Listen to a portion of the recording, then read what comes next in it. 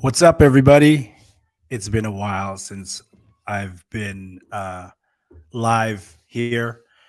Um, I've been meaning to, but I took some time off Filipino martial arts for a couple of months. I got into metal detecting, and that kind of occupied my free creative space for a little bit. But I'm back. I'm happy to be back. I missed it. I missed fighting. I missed sparring. I missed training Filipino martial. I never really completely stopped training in the Filipino martial arts, but I just didn't feel like my heart was there. And recently it's been reignited. So today I thought I'd do a video about point sparring. Now, a lot of people, and not just in the Filipino martial arts, a lot of people think that point sparring is unrealistic.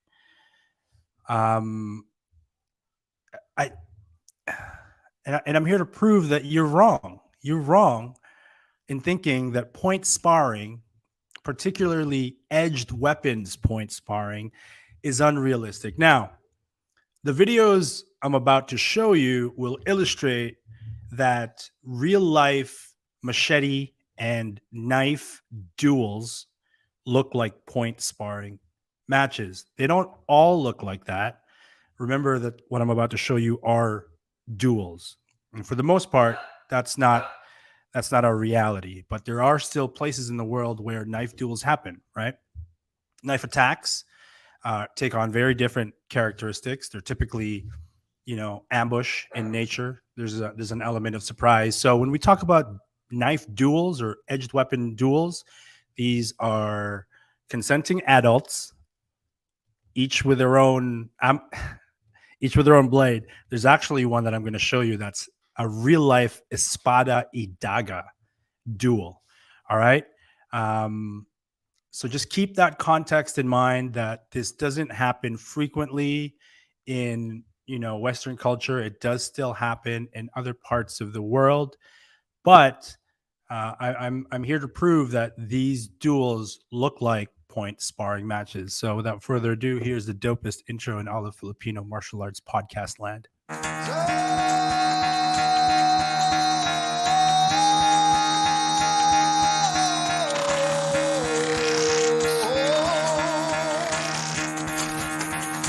Get the fuck out of bed, bitch. Go. You're finished! Get up and never got no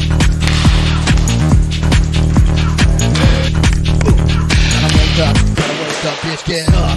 Oh, Get up. Get up.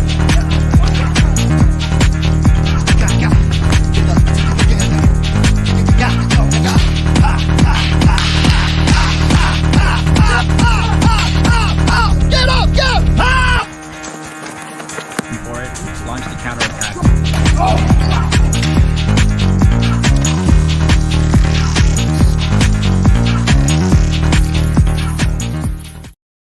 all right. So we're gonna get right into it. I'm hoping not to get a strike or have this video demonetized by Facebook.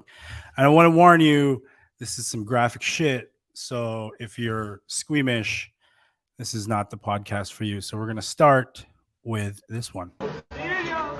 Óyele bonito, rata.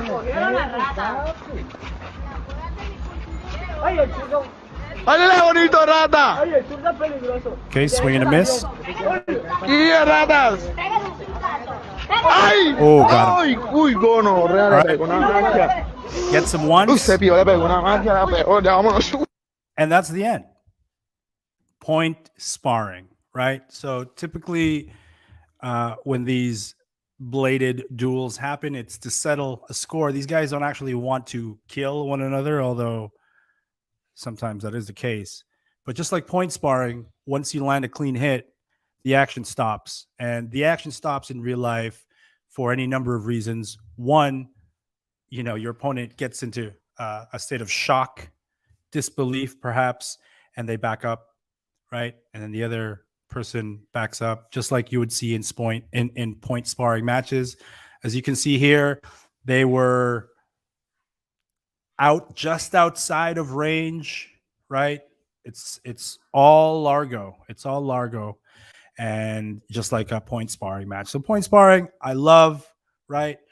What I love about point sparring is what I like to call the pre-clash strategic moments, where maybe you've clashed once or twice before. Maybe there were swings and misses, but this is data collecting. You're trying to see how your opponent reacts to your strikes, right? How far away or how much you're missing by, and then basically it's a whole lot of, you're placing your bet onto something, and then you're taking your shot, right? So again, this was a quick one. We'll see it.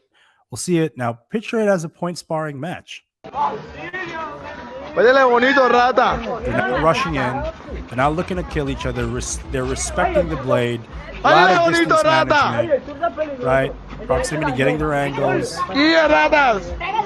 A lot of feints, and boom. Ay, There's a counter, uy, gono, and that's real. it's finished. Uy, Done. se pilló, le pegó una Point máquina. sparring. Oye, vámonos. All right, let's go watch the next one.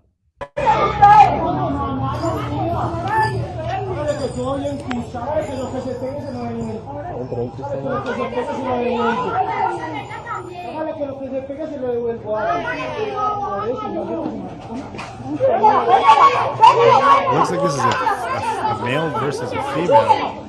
They have a collar grip. Again, a lot of swings and misses, a lot of shuffling footwork, a lot of gaining angles. Here you'll see there's a little bit of showmanship about to come as well.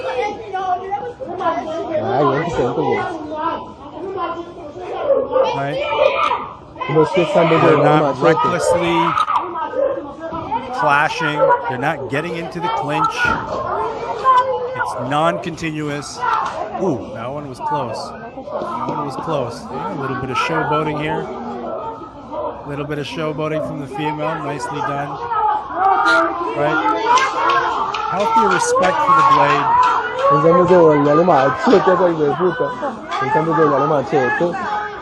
Placing everything. Putting everything into. Let me lower this down. They're going for that one clean shot, right? Just like in point sparring, right? They're going for that one clean shot, and that typically ends it. Like I mentioned earlier, these duels end in one of two ways. There's a third way, somebody dies. But typically, once somebody sustains damage, they're done fighting, right? They're going to tend to that wound, unless it's fatal. And the last video I'm going to show you will be that. All right? So here's another one. É no pátio do presídio Frei Damião de Bozano, no complexo do Cuidado. Os participantes são os presos de bermuda azul e o de calção preto e branco. Cada um segura 2 facões. Durante a disputa, o restante dos presos fica ao redor.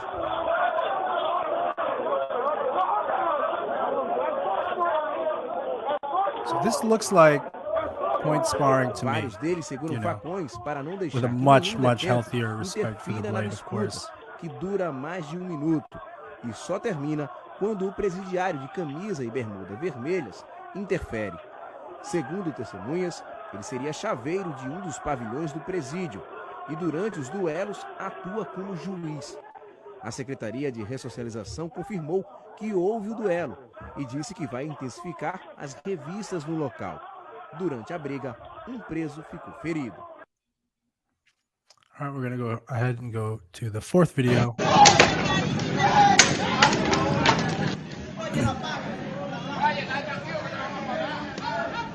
You'll notice a couple of blade-on-blade clashes here. There's one.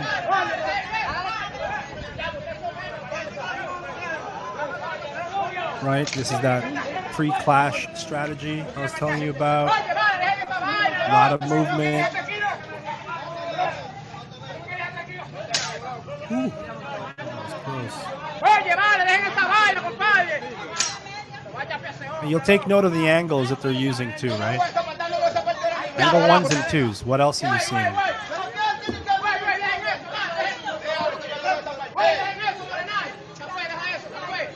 Right? These are techniques that don't require a whole lot of work. Angle 1 and 2, but it's about distance management, proximity management, learning those angles. Here's some environmental weapons that are being used, and soon you'll see somebody pick up one of these chairs and actually use it as a barrier. Right? So you got a third guy in there looking to stop the fight, and that's it. That's done. Nobody's injured. No clean shots. Both guys walk away from this engagement. So again, it's the truth, man. It's the truth. Like, I understand the critics of point sparring because their mentality is linear, right? But point sparring is a great way to develop combat attributes. It really is. It keeps you in that Largo range where you're constantly pitting strategies and attempts and defenses one against the other.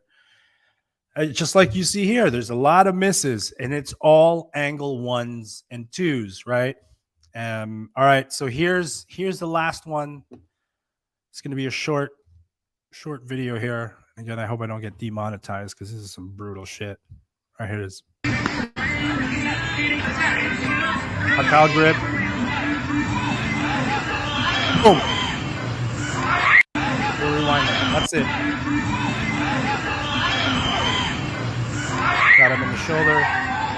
This is done, right? The guy's not going for the kill. The guy's injured. He's about to collapse. That is done.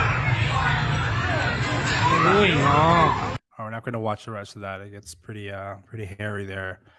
But all of the examples that I showed you here show that when real life machete and knife duels happen, it looks like point sparring. So when it comes to the Filipino martial arts, point sparring is super duper important. Let's address some of the criticisms. Some people say that's not how real knife attacks look like. And again, I already addressed it. There is a difference between a knife attack and a knife duel. Another criticism is when people wear exorbitant amounts of armor. And like, I totally get that. When there is when pain penalty is reduced to such a high degree that participants and their fear of the blade completely dissolves, well, that's not realistic, but it doesn't mean it doesn't have value, right? So the value, even if you don't have that fear of life or that respect for the blade. By the way, you can never recreate fear of life in any sort of training, right? You can make it look as badass as you want. You can dress up as commandos and you can recreate scenarios all you want. But at the end of the day, and you can even say, oh, I have the right mentality and I'm imagining blah, blah, blah. But at the end of the day, you can't ever recreate that kind of adrenalized response authentically as to, when you're afraid of dying, right? So there's always going to be artificialities in training. And again, addressing the fact that sometimes when people point spar, they get reckless. Well, you know what? You're still working, even if you are deemed to be reckless, right? You're still working on your strategies. You're still working on distance management. You're still working on getting those angles. There's a high frequency of attempts and experimentation, which of course isn't necessarily going to happen in a real life machete duel. But again, my point is that even if you don't think that real life machete and knife duels look like point sparring matches, you can't discount the value of that practice as far as making you a better Filipino martial artist. You just can't. It's completely ridiculous. And I think a lot of people in FMA are inauthentically proposing that all of their training is realistic. It's not. That's an absolute lie. Find me anybody who trains or teaches Filipino martial arts and all they ever do is, realistic scenario, 100% full intensity energy. If that's what they're claiming, I guarantee you they're full of shit. They're absolutely lying. It's not sustainable. It's not safe. And you don't really get to learn the sophistication and the nuance that might serve you to uh, win in these duels. And I'm speaking completely hypothetically, man, because I've never been in a knife duel. But even if I did, let's say I've been into 3 knife duels. That does not make me an expert. It makes me a terrible citizen. It makes me an idiot, right? If I've been in 5 knife duels and I'm still alive, nobody should be learning from me, because clearly I've demonstrated that I'm an idiot, that I've gotten myself into situations where I would risk my life to protect my ego. That's stupid. Anyway, Sarno, may I ask any videos of multiple attackers? So that's actually another fallacy, right? I'm gonna get in trouble for this. Everyone's always talking about multiple attackers, multiple attackers, multiple attackers. But I recall it could have been from active self-protection, about the fallacy of like the second shooter, meaning to say, you've drawn your weapon and used it in a deadly force defensive situation. The idea that after you down that first attacker, that a second guy with a gun on that guy's team is going to pop out, it almost never ever happens. Almost never ever happens.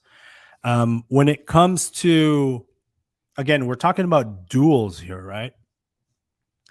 When we're talking about knife duels in places where they do happen, there's still, for some reason, there still remains some sort of honor code where it is a one-on-one. We're not talking about mob fights and gang fights and things like that where you just don't know what the other team is holding, bats, axes, machetes, knives, maybe even guns. We're not talking about that. But if you're asking me if there's any videos of multiple attackers, one, it's immediately known that this is a group or a team engagement, right? Nobody comes out of the woodwork and sort of, aha, I gotcha. So I haven't seen one in any case. Even in the video here, I'm going to play it again, right? See, there's a third guy with a machete, and he's not intervening, right? There are 2 guys engaged in this duel. Let me play that again. Right, there are 2 guys engaged in this duel. There's a third guy and a fourth guy with a machete. They don't get involved for some. And look, this is the best example right here. O duelo é no pátio do presídio Right? Frei Damião. Look how many people are holding edged weapons in this video. So you got your 2 participants, right? Shortly, you're going to see the crowd, and a whole bunch of them are holding machetes right around here, right? Everyone's holding knives on that side. Again, this is not a reality. This looks like some sort of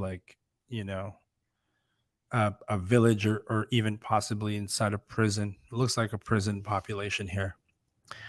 So the idea of multiple attackers as far as duels doesn't really happen. Doesn't mean you don't train for it, because like I said, even though multiple attackers isn't a high probability scenario, to the degree that we can even say it's unrealistic, there's still so much to learn from training that, just like there is so much to learn from point sparring with edged weapons, right? So again, anybody who throws away the idea that point sparring, whether it be in edged weapons or in, empty hands, when they throw that away, I don't know. I really, it's an opinion. Perhaps it's a valid opinion that they have, but I don't respect that opinion, and I don't subscribe to that opinion. The people who say things like, point sparring is useless, they're comparing one format of sparring with another. And yeah, there is a great benefit to continuous, all weapons free, no holds barred, anything goes kind of sparring, right? Keep in mind, I'm not saying not to do that. I'm saying there are other platforms that you can utilize to work on specific skills. And I think saying that it's unrealistic, I don't know. Hopefully I've debunked that. So that's it. That's it for now. So go ahead and watch those videos again. Thank you so much for watching. We got more comments coming in. Would be interesting to see 4 versus 1, 2 versus, yeah. And I've done those. I've when I was in Manila, I think we did a 5-on-5 team clash inside a tennis court or a basketball court, and it was interesting, right? So whenever, well, actually, and we did one at the Sparbecue here in Toronto where it was like a team of maybe 10 on 10. We did a 10 on 10 skirmish. And in that instance, there was time to prepare. There was time to strategize. So one thing about these team engagements is that even if you had all the time in the world to strategize, when that thing starts, a lot of just dissolves. And I mean, these are martial artists that I was with, right? High level martial artists, and that completely dissolves. So my suggestion is, instead of having these preset plans and ideas as to what you're going to do with your team, a better option is to have a form of communication that is very concise, and that you say 1 or 2 words and everybody knows what you're about to do. Because when, like I said, you can plan and strategize all day long, but we're not doing this in a vacuum. The other team's going to have something to say about that. So if you're like, okay, so we're going to split the team in 2. All right. Team Alpha goes to the right. Team Bravo goes to the left. And then we're going to split those 2 up. We're going to have half of Alpha and half of Bravo flank the other. So the moment that falls apart, if you cannot have a platform or method of communication that reins them all back in, right? You don't have, like, you say pineapple and everybody goes back to their starting points. It's not as effective. So planning is great when it comes to these multi-opponent skirmishes, but a method of communication is way, way better. That way you can adjust on the fly. You can get creative when planning falls apart, right? Maybe somebody gets outed and all of a sudden you don't have the luxury of Team Bravo anymore, and it's only Alpha team that's remaining. You ought to be able to communicate with those guys in a way that, could be masked from interpretation from the other team. But it just needs to be concise. It needs to be rapid, and everybody has to be on the same page. And that's, from my experience, that's better than strategizing. But do try it out yourself. Gather your friends, give them some padded sticks, make it a 3-on-3 and a 5-on-5. The more those engagements get prolonged, you'll find that, holy shit, a strategy's not working. So making adjustments on the fly and having a communication platform to be able to do that, so much better. All right. I think that's it. Well, I hope you guys enjoyed that. I'll see you guys next time. I think I'm going to go on more often. And thanks for watching FMA Source. This is the FMA Dumpster Fire podcast. My name is Paulo, aka GN. Peace.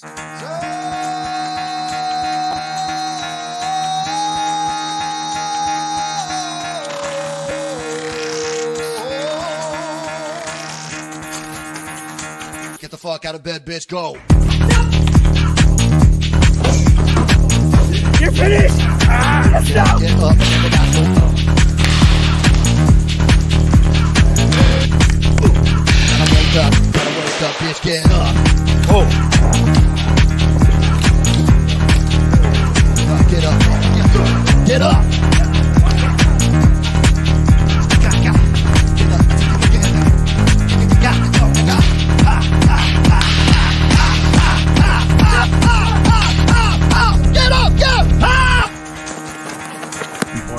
Launch the counterattack.